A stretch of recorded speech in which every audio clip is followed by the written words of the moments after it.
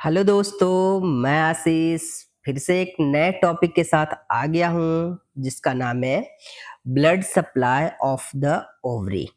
है ना।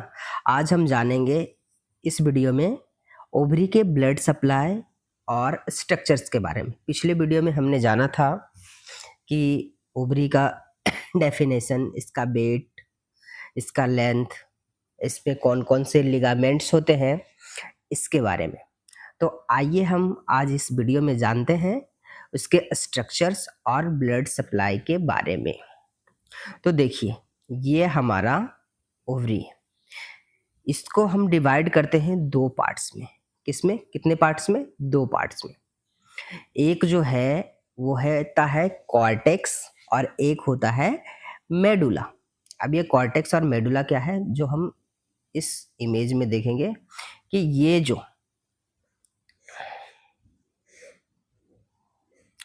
ये जो आपको पार्ट्स दिख रहा है, ये बड़ा सा, ये हमारा क्या है? ओवरी है।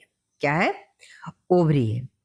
अगर हम बोले कि जो सबसे जो ऊपर ऐसे रहता है ना, ये आपका है विसरल पेरिटोनियम। क्या है? Visceral peritoneum. उसके अगर हम सेकंड लाइन पे ऐसे बताएं तो ये हो गया हमारा जर्मिनल एपिथेलियम। ठीक है। उसके बाद होता है ट्यूनिका एल्बुजिनिया, जिसमें ये फोटोज में दिखा देता हूँ आपको। ये देखिए, ये जो हम आउटर लेयर की बात करते हैं, तो ये जो है आपका विसरल पेरिटोनियम है ना। ऊपर का जो लेयर आपको दिख रहा है वो विसरल पेरिटोनियम है। जो आपका सेकंड लाइन का दिख रहा है वो जर्मिनल एपिथेलियम है। और ये जो थर्ड लाइन आपका दिख रहा है, थर्ड लेयर, वो है ट्यूनिका एल्बुजिनिया, जो कि आपने पढ़ा होगा टेस्टिस के लेयर्स में, है ना। तो ट्यूनिका एल्बुजिनिया, ये जो आपके जो फॉलिकल्स दिख रहे हैं, है ना, ये जो फॉलिकल्स दिख रहा है, ये वाला जो है हमारा वो भाग होता है कॉर्टेक्स। क्या होता है? कॉर्टेक्स। क्या होता है? कॉर्टेक्स। ठीक है। ये वाला जो भाग है, आउटर पार्ट, वो होता है आपका कॉर्टेक्स। और ये जो नर्व्स वगैरह दिख रहे हैं यहाँ पे आपको, ये आपका मेडुला वाला पार्ट है, इनर वाला पार्ट। समझ में आया? अगर हम ये सारे चीज को हटा दें, जैसे कि इसमें आप देखिएगा, ये अगर हम ये सारे चीज को हटा दें तो हम इसको क्या बोलेंगे? इसको बोलेंगे अस्ट्रोमा। क्या बोलेंगे? अस्ट्रोमा। ठीक है। ये आपका क्या हो गया? अस्ट्रोमा हो गया। ठीक है। ये देखिए, ये पूरा अस्ट्रोमा। तो आपको पता हो गया कि जो इसका सबसे ऊपर है आपका विसरल पेरिटोनियम, दूसरा क्या हो गया? जर्मिनल एपिथेलियम, तीसरा ट्यूनिका एल्बुजिनिया, और ये वाला जो पार्ट हो गया आपका, ये वाला जिसमें फॉलिकल्स है, ये आपका कॉर्टेक्स हो गया। और ये जो नर्व्स वगैरह जो जाएंगे अंदर, उसको हम बोलते हैं मेडुला। और मेडुला से भी जिसके माध्यम से जाते हैं ऐसे, तो ये लेयर को हम बोलते हैं हाइलम। क्या बोलते हैं? हाइलम। क्या बोलते हैं? हाइलम। ठीक है। तो आपको बहुत अच्छे से पता हो गया कि फर्स्ट लेयर क्या है। एक बार देखिए, बताइएगा। जो ऊपर का फर्स्ट होगा विसरल पेरिटोनियम, सेकंड वाला जो होगा आपका जर्मिनल एपिथेलियम, और जो थर्ड वाला होगा वो ट्यूनिका एल्बुजिनिया। ठीक है। और ऊपर का जो फॉलिकल्स वगैरह जो है जिस घेरे में, वो आपका होगा कॉर्टेक्स। और जो ब्लड वेसल्स इंटर करते हैं जहां से, उसको बोलते हैं मेडुला। ठीक है। तो ये हम जान गए कि कॉर्टेक्स, मेडुला, ट्यूनिका एल्बुजिनिया। ठीक है। चलिए हम आगे जानते हैं इसके बारे में। ये स्ट्रक्चर्स हो गया। अब हम अगर बात करते हैं इसके फॉलिकल्स के बारे में, वैसे तो ये फिजियोलॉजी में पढ़ना होगा, लेकिन मैं थोड़ा सा बता देता हूँ इसमें कि क्या है। देखिए, जो ओवरी के अंदर होते हैं ना, वो होते हैं ओसाइट्स के रूप में फॉलिकल्स होते हैं। जब ये मैच्योर होते हैं, है ना, जब ये मैच्योर होते हैं तो इससे एग निकलता है। कैसे निकलता है? जैसे कि ये वीडियो में आप देख रहे होंगे यहाँ पे कि ये आपका है प्राइमरी फॉलिकल्स, है ना। जब ये मैच्योर हुआ तो ये कौन बन गया? Secondary follicles. प्राइमरी से क्या बन गया ये? सेकेंडरी। सेकेंडरी से ये बन गया टर्सरी। क्या बन गया? टर्सरी। टर्सरी का जो ये वाला पार्ट दिख रहा है, खाली वाला पार्ट, इसको हम बोलते हैं एंट्रम। क्या बोलते हैं? एंट्रम।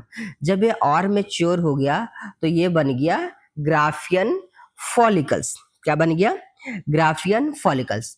और जब 14वें दिन ये इससे एग निकला तो इसी को हम ये बोलते हैं ओव्यूलेशन। मेच्योर होके जब बाहर निकलता है मेच्योर एग तो उसको हम बोलते हैं ओव्यूलेशन। अगर इस बीच इसको यहाँ पे आपका जैसे कि ये एग निकलता है तो यहाँ पे होता है इसका फिम्ब्रिया, जो फॉलोपियन ट्यूब का भाग होता है, ये इसको कैच कर लेता है और इसके अंदर चला जाता है। यहाँ पे अगर स्पर्म मिल गया तो फर्टिलाइजेशन हो जाता है और 24 आवर्स या 48 आवर्स के बीच ये इम्प्लांट कर जाता है यूट्रस के अंदर।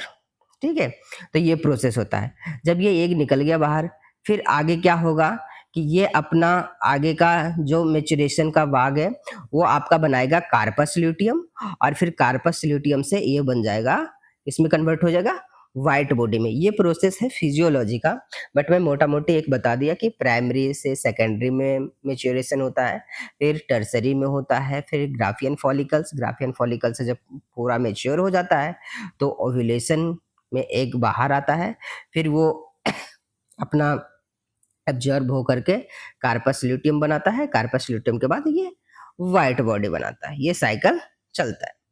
ठीक है, तो ये आप मेनली फिजियोलॉजी में पढ़ोगे, इसमें मैंने थोड़ा सा आपको बता दिया। तो आपको स्ट्रक्चर्स इसका पता हो गया आपको कि इसका जो बाहर का विसरल पेरिटोनियम, जर्मिनल एपिथेलियम और ट्यूनिका एल्बोजिनिया, जहाँ पे फॉलिकल्स राउंड करते हैं वो कॉर्टेक्स भाग होता है। जहाँ से ब्लड वेसल्स इंटर करता है वो मेडुला पार्ट्स होता है। और अगर हम पूरे को हटा दें, खाली सा जो गोल है उसको स्ट्रोमा बोलते हैं। ठीक है, तो आपको पता हो गया था, यही सब ये नीचे लिखा हुआ है। ठीक है, अब आइए हम इसके ब्लड सप्लाई के बारे में जानते हैं। तो ब्लड सप्लाई में आपको पता है आर्टरी, वेन, लिम्फ, नर्व। तो अगर आर्टेरियल सप्लाई की बात करते हैं तो the ovary is mainly supplied by ovarian artery. कौन सा आर्टरी? ओवेरियन आर्टरी, जो कि कहाँ से निकलता है? एरोटा के L1 वर्टिब्रा से निकलता है। ठीक है, L1 वर्टिब्रा से। और कौन सा? एक यूटेराइन आर्टरी, क्योंकि हमारा यूटेरस भी वहां से आर्टरी आता है, यूटेराइन आर्टरी। तो ओवेरियन आर्टरी और यूटेराइन आर्टरी। आर्टरी हो गया आपका ओवेरियन आर्टरी और यूटेराइन आर्टरी। अगर हम वेनस ड्रेनेज की बात करते हैं तो राइट ओवेरियन वेन और left ovarian when. Right ovarian when कहाँ ड्रेन करता है? तो आईबीसी में, इंफीरियर वेना कैवा। और लेफ्ट ओवेरियन वेन किस में? रीनल वेन में। और रीनल वेन ड्रेन करता है इंफीरियर वेना कैवा में। ठीक है, अब हम बात करते हैं लिम्फेटिक ड्रेनेज की। तो लिम्फेटिक ड्रेनेज है, लिम्फेटिक ड्रेनेज जैसे हम उसमें पढ़े थे टेस्टिस में, पैरा एरोटिक लिम्फ नोड और pre aortic lymph node. Same वही पैरा एरोटिक लिम्फ नोड और pre aortic lymph node. Nerve supply की बात करते हैं तो ओवेरियन नर्व प्लेक्सस। ठीक है, तो सिंपल सा है ब्लड सप्लाई आपका। Ovarian artery, uterine artery, right ovarian when, left ovarian when. Right ovarian IBC में और लेफ्ट ओवेरियन है रीनल वेन, रीनल वेन के बाद आईबीसी में। ठीक है, लिम्फेटिक ड्रेनेज की बात करते हैं तो पैरा एरोटिक लिम्फ नोड और प्री एरोटिक लिम्फ नोड। और नर्व सप्लाई की बात करते हैं तो ओवेरियन नर्व प्लेक्सस। तो आपको ये सारे चीज अच्छे से याद हो गए होंगे, कुछ नहीं है स्ट्रक्चर्स। स्ट्रक्चर में आपको बता दिया, कॉर्टेक्स है जो फॉलिकल्स का भाग होता है, मेडुला में नर्व सप्लाई होता है, फर्स्ट है आपका विसरल पेरिटोनियम, जर्मिनल एपिथेलियम और आपका ट्यूनिका एल्बुजिनिया। ठीक है, खाली सा भाग को स्ट्रोमा बोलते हैं। जो हमारा फॉलिकल्स है जो शुरू में जो रहते हैं उसको प्राइमरी फॉलिकल्स बोलते हैं। वो जब मेच्योर होता है तो सेकेंडरी फॉलिकल्स में बदलता है, जब सेकेंडरी से मेच्योर होता है तो टर्सरी में बदलता है। टर्सरी के जो आगे का भाग होता है जो खाली सा उसको एट्रम बोलते हैं। फिर उसके आगे का जो आगे बनता है ग्राफियन फॉलिकल्स, ग्राफियन फॉलिकल से मैच्योर होता है, एग बाहर निकलता है, उसको हम ओव्यूलेशन पीरियड्स बोलते हैं।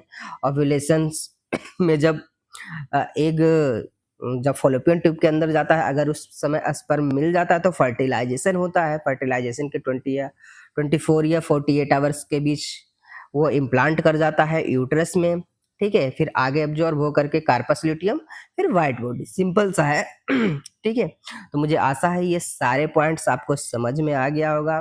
तो आपका इसी के साथ आपके इंडोक्राइन सिस्टम खत्म हो गए हैं। अब आगे मिलते हैं हम नेक्स्ट टॉपिक के साथ, जो कि एग्जाम पॉइंट ऑफ व्यू से वेरी वेरी इंपॉर्टेंट होगा। मिलते हैं नेक्स्ट वीडियो में, जब तक के लिए बाय टाटा।